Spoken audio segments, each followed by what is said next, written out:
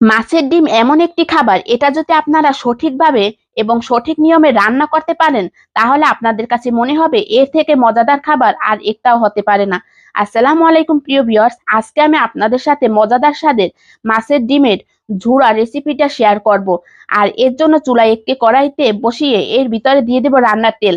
তেলটা গরম হয়ে আসলে এর ভিতরে দিয়ে দেব পেঁয়াজ, কাঁচামরিচ, তেজপাতা আর গরম মসলা। এগুলো দিয়ে ভালোভাবে নাড়াচাড়া করে কিছু সময় ভেজে নিব। এরপর এর ভিতরে অ্যাড করব আদা বাটা, রসুন বাটা।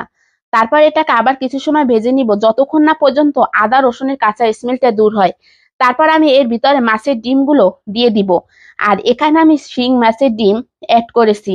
শিং মাছের ডিমটা মূলত কালো হয়। আপনারা এখানে যে কোনো মাছের ডিম অ্যাড করতে পারেন। যে কোনো মাছের ডিমই এই রেসিপিটা ফলো করে ভুনা করলে এটি খেতে কিন্তু বেশ মজাদার হবে।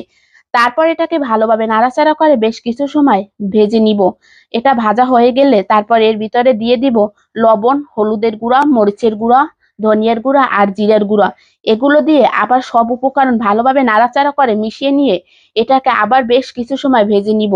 যখন ডিমটা পুরোপুরি ভাজা ভাজা হয়ে যাবে, তখন আমি এর ভিতরে অ্যাড করব সামান্য পানি। আর পানি দিয়ে এটাকে নাড়াচাড়া করে এর উপরে দিয়ে দেব 2 থেকে 3টা টমেটো। আর টমেটো দিলে মাছের ডিমটা কিন্তু বেশ মজাদার হয়। আর এর স্বাদটাও কিন্তু দ্বিগুণ বেড়ে যায়।